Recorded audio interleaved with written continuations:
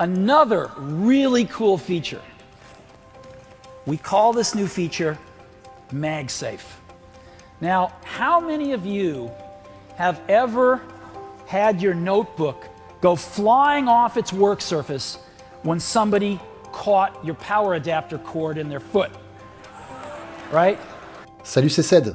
Comment ça va? Vous l'avez deviné, dans cette vidéo, je vais vous parler de l'histoire de la technologie MagSafe. C'est quoi? Quand a-t-elle été créée? Comment elle fonctionne? Et pourquoi celle-ci représente l'avenir? C'est Steve Jobs qui est à l'origine de la création du MagSafe. En 2006, lors de la présentation du premier MacBook, le cofondateur d'Apple avait impressionné la foule avec son câble de recharge conçu pour éviter les accidents. Aujourd'hui, MagSafe est beaucoup plus qu'un câble révolutionnaire, mais une révolution à lui tout seul. MagSafe, c'est quoi? C'est une technologie magnétique d'alimentation électrique développée par Apple et pensée à l'origine pour les cordons d'alimentation des Mac, notamment les MacBook, MacBook Pro et MacBook Air. Ce connecteur a été présenté lors de l'annonce des premiers MacBook Pro, soit le 10 janvier 2006 plus précisément, tout d'abord dans une première version en forme de T et en plastique. Puis, au cours de l'année 2009, Apple remplaçait sur toute sa gamme ce premier design par un nouveau en L et cette fois-ci tout en aluminium. Plus tard, en juin 2012, lors de la présentation des MacBook Pro Retina, Apple inaugurait encore avec un nouveau design pour les prises femelles, le MagSafe 2 était né, spécialement conçu pour accompagner l'amincissement de la nouvelle gamme d'ordinateurs portables de la marque. En effet, le MagSafe original étant devenu trop gros pour pouvoir s'intégrer sur les tranches plus fines des ordinateurs d'Apple, une nouvelle version de cette technologie devenait nécessaire. Celle-ci reprenait exactement le principe de la première version, mais avec un nouveau format, et le connecteur mâle revenait à la forme de ses débuts, mais cette fois tout en aluminium. Seulement, depuis octobre 2013, deux produits encore commercialisés par Apple continuaient d'utiliser le MagSafe. Le MacBook Pro 13 pouces, non Retina, et le Thunderbolt Display. Cette technologie n'a ensuite plus été utilisée sur les MacBooks de 2015 à 2021, même si lors de la keynote de 2017, dédiée aux iPhone 8 et 10, Apple avait présenté un chargeur sans fil, le AirPower,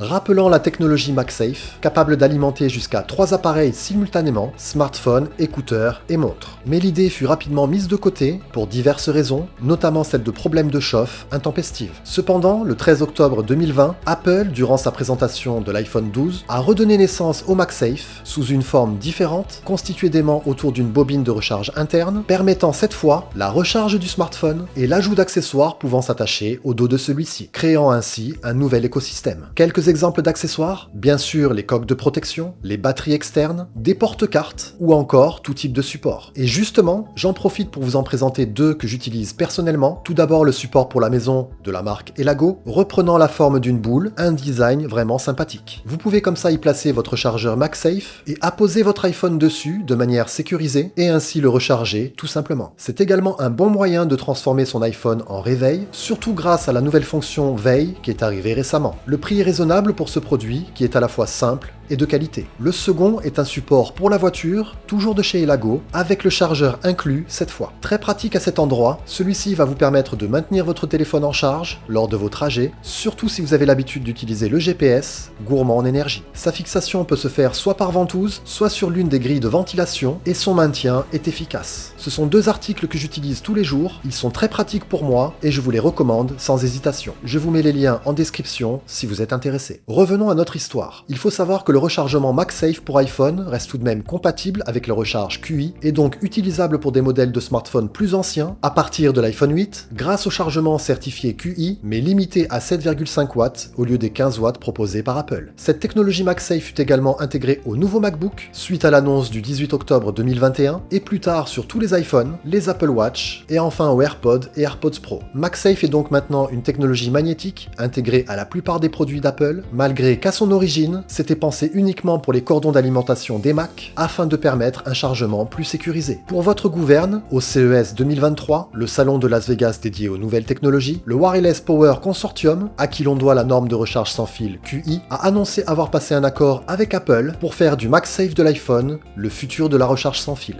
Le QI2, donc successeur du QI, pourrait prendre la forme d'un rond aimanté avec la même puissance que le MagSafe. Autrement dit, la technologie propriété d'Apple s'apprête à devenir une norme à l'avenir. Affaire à suivre. En espérant que cette vidéo vous a plu, qu'elle vous a appris des choses intéressantes, mettez un petit like si c'est le cas. N'hésitez pas aussi à me dire si ce genre de thématique historique vous plaît, j'en referai. Merci également de vous abonner à la chaîne si vous ne l'êtes pas. Ce serait un honneur pour moi de vous compter parmi la communauté Apple Addict. Sur ce, je vous dis à la prochaine.